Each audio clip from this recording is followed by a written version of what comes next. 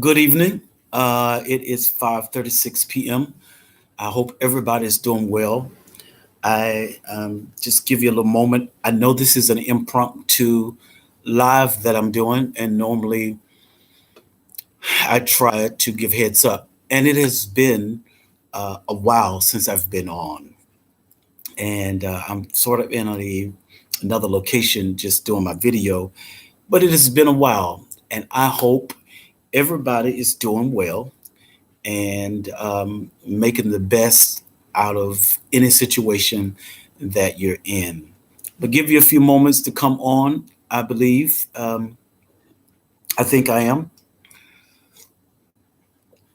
I know it's crazy. I'm having coffee right in the middle of the day or going towards the close of the day. Got my coffee and some sea moss that I enjoy making. It is a brand new year, and I can't tell you how many videos I've made this year. I don't know if I made any videos, and seemingly I've been um, I won't say out of whack, but I've been off. I've not been so visible on my YouTube channel, and I woke up this morning thinking about something, and some things hit my heart, and I just wanted to chat and maybe encourage some people. And I think a lot of the reason why some people don't know that they can make it through certain situations of their lives is because we won't tell our testimony. But I was just thinking about life this morning, around about 3 o'clock in the morning. I woke up about 3 a.m. and one of the things that hit me was find people that can add value to your life. And sometimes you have to just really um, ask people why they are in your life. When new people try to come around, I ask them, "What is your purpose for coming into my life? What are your motives?" And sometimes I would just ask silently within, and I would say, "Show me why you're here. Show me quickly who you are and why you're in my life." And eventually, if you listen, people will tell you who they are. This is my journey. As you can tell, I've restarted my lock journey, and I cut them about 8 years ago, I believe, 7 years ago, and 7 years later, I'm looking at relocking. So this is my journey. Of course, there's some been through some, going through some changes in life, and as you can tell, I got my mouth all wired up. I have to keep $1 billion smile. Make sure you go to this YouTube channel and hit like, subscribe, and share if you would like, or if you feel um, the need to. And maybe this will really help somebody. I haven't been on in a while, but this morning, early this morning, it just settled on my heart. Like, um, find people that can add value to your life, and you yourself have to add value to people's lives, to others' lives when you come into their life. Excuse my slur and my formulation of words. I'm trying to adjust to um, these braces. Yeah. So find people who can add value to your life. If they're in your life and they can add value to you, then you have to ask, why are they there? If you're into someone's life and you can't add value to their life, then you have to ask yourself, why am I in their life? And whether it's people, places, or things, if you're in a situation where it's not adding value, then just get out of it. If you're in a certain setting, for instance, I was just having a conversation with a friend of mine about church. Of course, I grew up in the church, and we just had this conversation about church and where it's at right now during this pandemic. And sometimes people would suggest that people aren't coming into a building, and you can't get people to come back to a building. But I would say, what are we offering, and what are you offering people? Are you adding value to their lives while they're sitting there? Or are you coming to church and you come into church to get beat up? on, or you are coming just as a social gathering. And in my life, and during my life, I found years ago it was something new for me, and it was great to be around people. But eventually, as I got older and life began to happen, um, I saw that a lot of things just didn't make sense for me.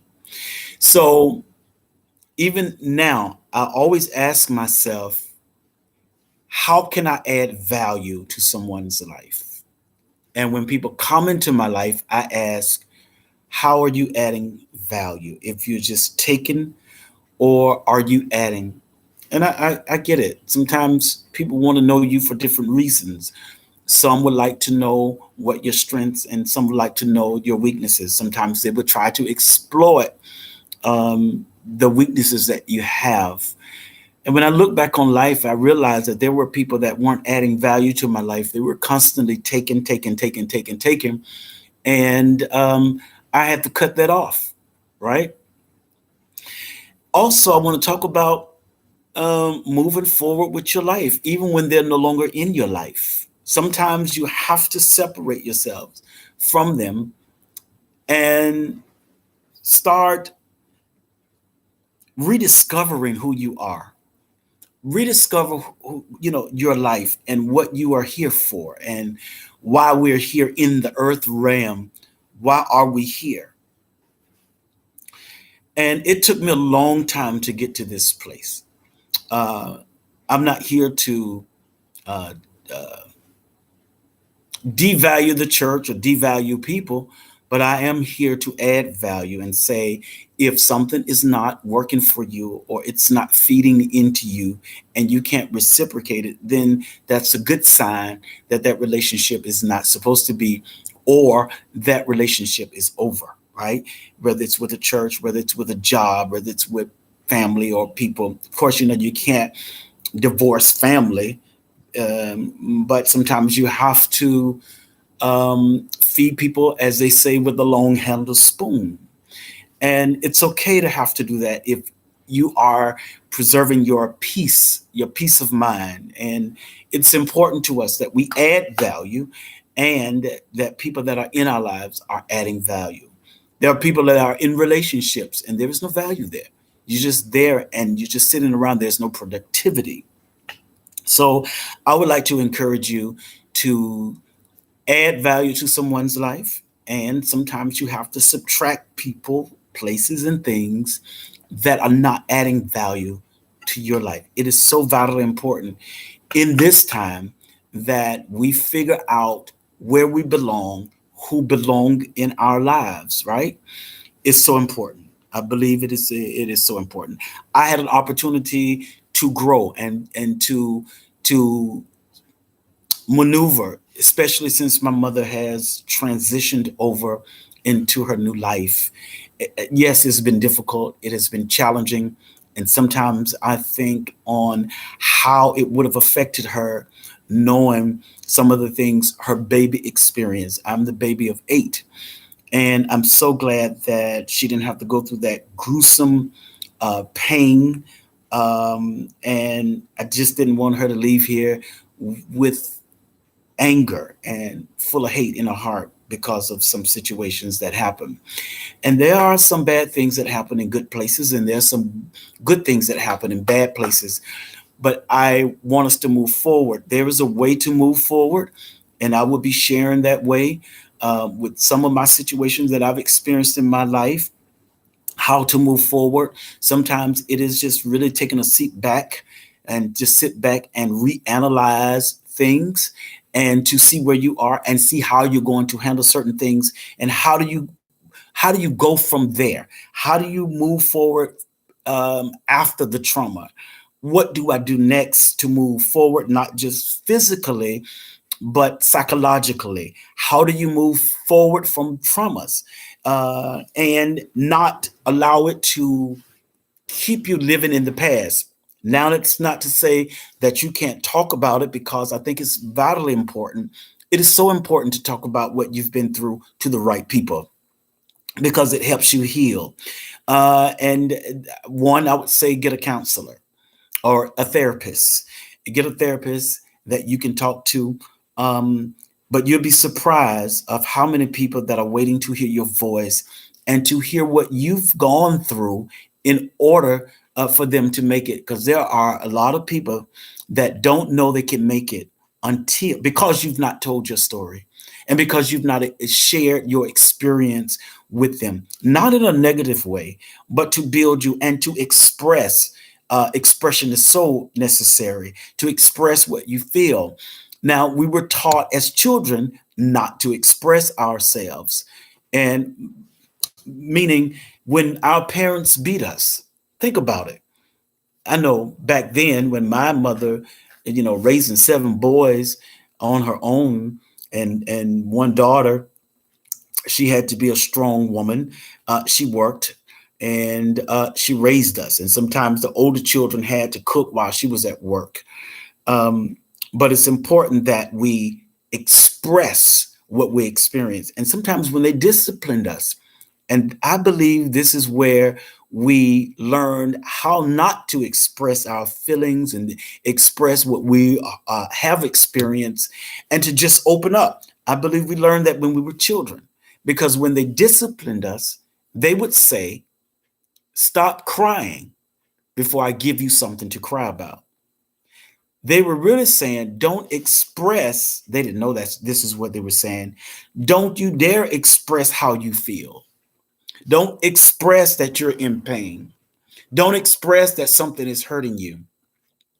And so when we start out as children not being expressive, when we start out as children, hey, Christine, hey, Dundrick, I'm sorry, I don't have my glasses on and I got this light shining. I'm in another location trying to do this video. So when they would discipline us back then, my mother would hit us with extension cords, and sometimes she will get you for old and new and tell us to go sit and take a bath and not lock the door. And she would get us when we're wet, right? With an extension cord. Now, in this day, these children are fighting their parents and they're calling the police. My mother waited. Listen, you call if you want to. And so when they would discipline us for whatever reason, that's painful, right? But then they tell us, stop crying. How you gonna tell me to stop crying and you are whipping the daylights out of me? Like, this is an extension cord. And you would tell us, take off that shirt because I'm not gonna beat the clothes that I bought. So we learn from children not to be expressive, and that has hindered us, especially as Black men. We will not talk about what we are going through and what we're experiencing. I think a lot of us are not expressive because we were told as children not to tell how we feel. It is important in relationships, in situationships, to tell exactly how you feel. If someone doesn't know that they're hurting you, how do they know? How do they know how not to hurt you? So it's important. People would tell you to be quiet. Don't talk about it. In my case, don't talk about it. Don't say nothing. It's going to make the church look bad. It's going to make us look bad.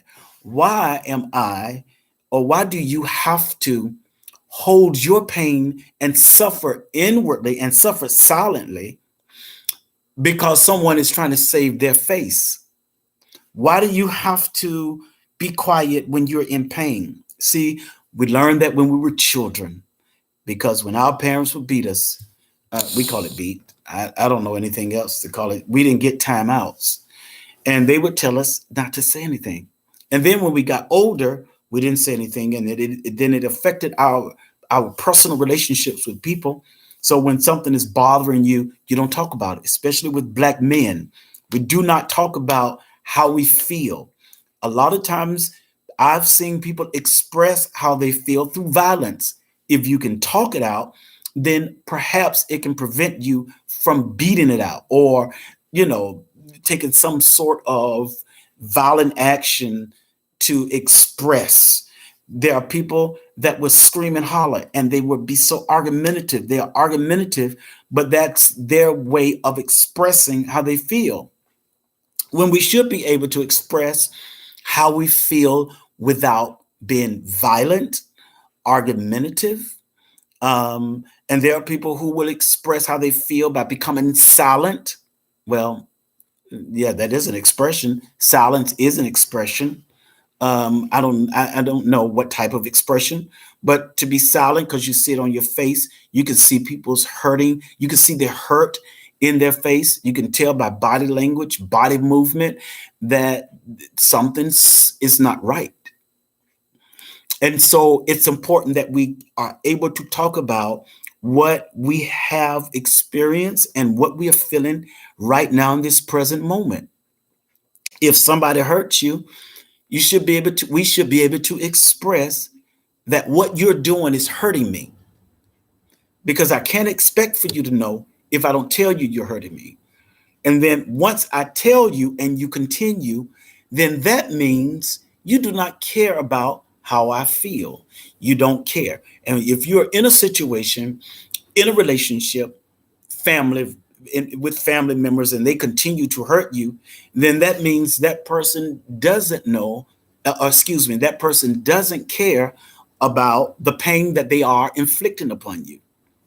So I get it. Sometimes it's hard to talk about it, but that's why it's important to talk about it, because you have a story to tell.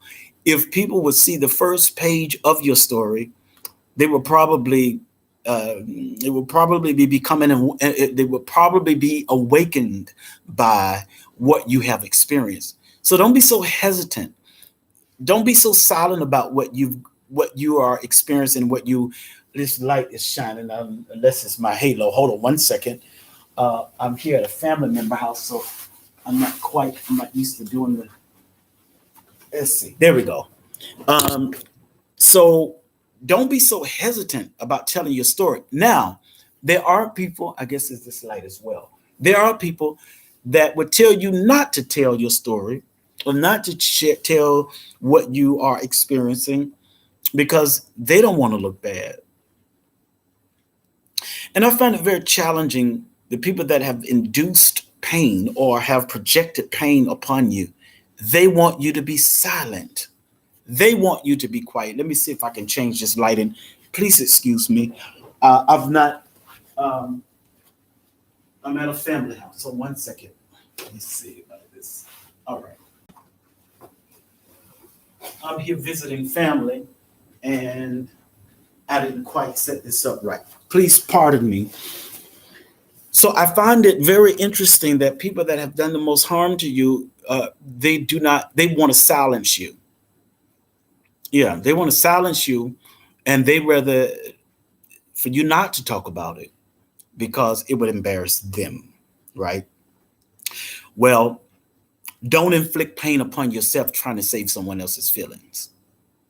Share what you are going through, because there are people that are actually waiting to hear your story so that they know that they too can become free, that they know that, so that they'll know that they too, I'm sorry, I'm struggling with this, all of this I got going on here, but so that they'll know that it is possible to overcome trauma, so that it's important that you share your experience in a way, in a healthy way, that will cause people to feel free to express what they have experienced in life. There are a whole lot of people that have gone through what you've been through, that are going through what you've been through, but they don't know they can make it because they've not heard your story. They've not heard your voice. Let your voice be heard so that others can hear you in their deep, dark cave, in the deep, dark ditches of life, so that they'll know that someone else survived this and that I can come out as well. People stop telling their testimonies for many reasons, right? I would say to you, continue to talk about it in a healthy way. Find your therapist, talk about your traumas, and be able to tell people your personal testimonies. And regardless of how they try to shut you up and shut you down and shut you out, You can still talk about your personal experience, not from don't nothing made up. Because you start making up stuff about people in your life, then it's going to eventually show. You know, I always say, um, tell the truth, and it only needs to be told once. If you got to keep coming back, changing and correcting stuff,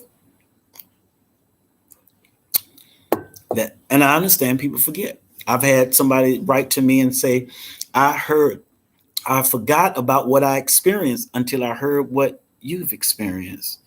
And it reminded me. And they said, I spoke to my wife about what happened when they were younger in the church.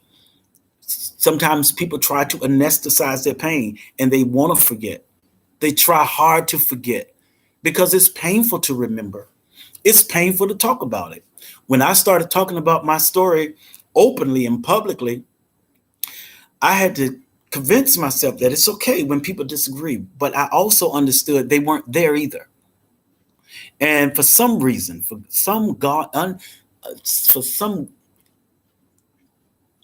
some reason, people have a tendency to protect and take and try to cover up for people that have done wrong.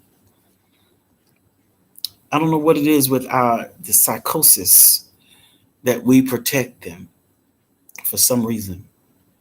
I don't have an answer to it, but what I will tell you is keep telling it. Somebody need to hear what you're going through.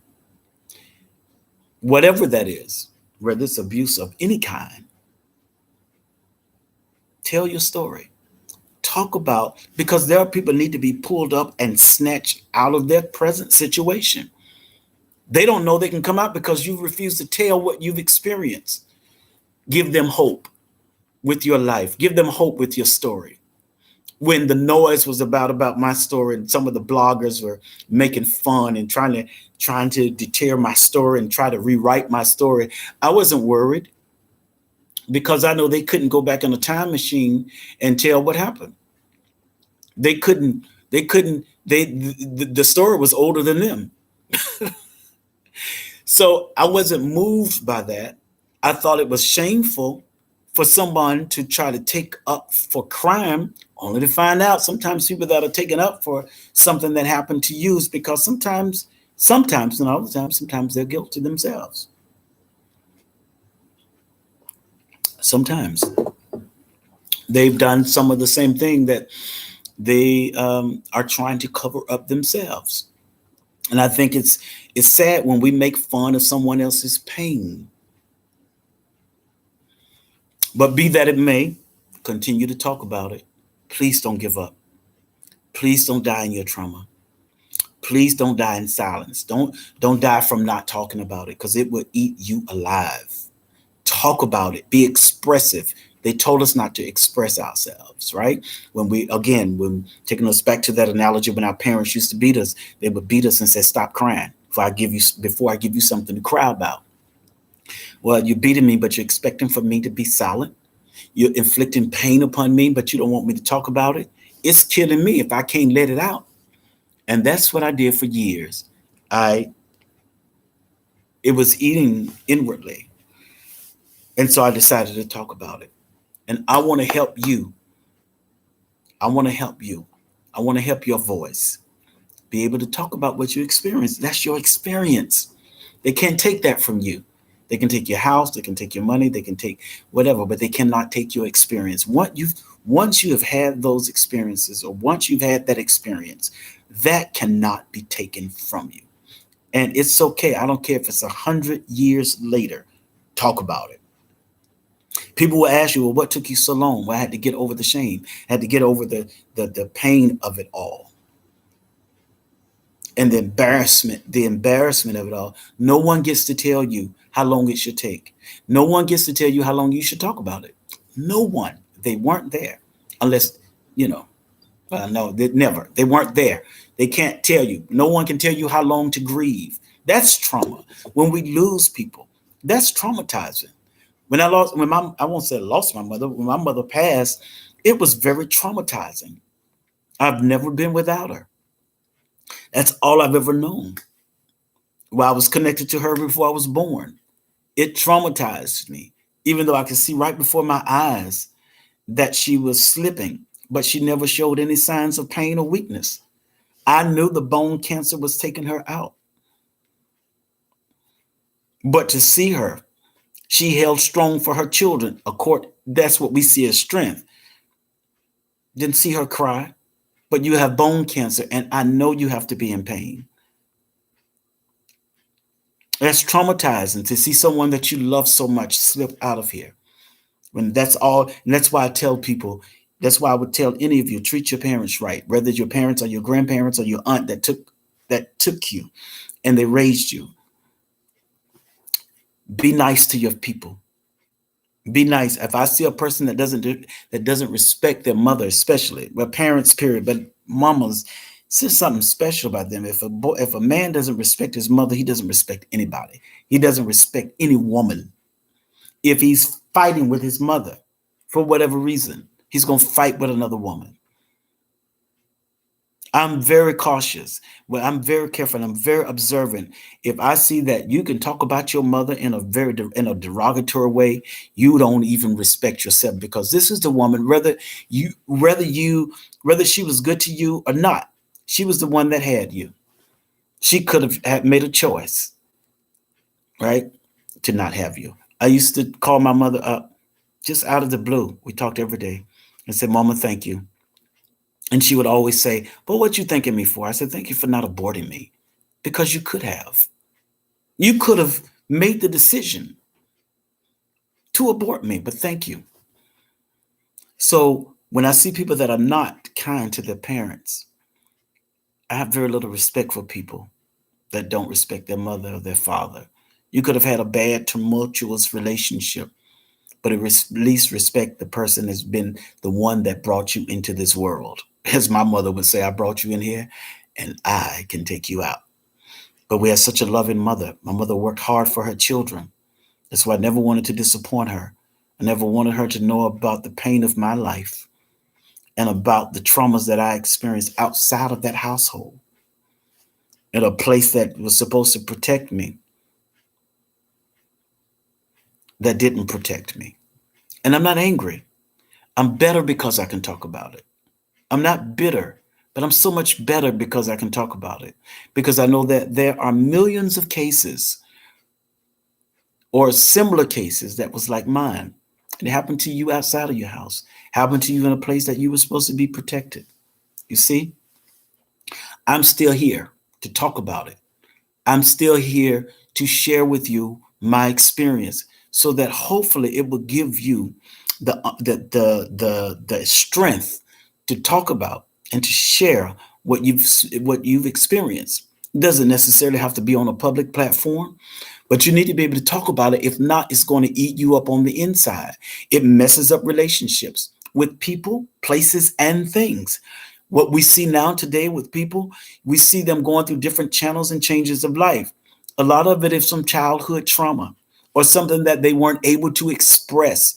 They weren't able to talk about. So they're acting out in a whole different way. They are acting out of their pain or out of their trauma. There is hope. I promise you, you can make it through your traumas. It's going to hurt. You're going to grieve. You're going to be in pain. You're going to be embarrassed. But don't shut down. Talk about it so that you can live and help other people live. All right, I have to go. This is the end of my live. Please hit like, share, and subscribe and hit that notification bell. I promise you, I'm going to do my best at trying to get better at being in front of this camera on a live video on my YouTube channel. Not go live on Facebook. It's just easy to do, right? So please share this with someone. You don't have to hold this pain. You don't have to hold. I don't care if they don't believe you. Tell your story. Some of them that say they don't believe you, they really believe you. They do. They just, maybe they're guilty of something and they don't want their victims to hear your voice. But don't ever, when you stop shit, when your voice is silent, you start breathing. Please, for your sake And for those that are experiencing something similar to what you've experienced, share your story. Y'all have a great day.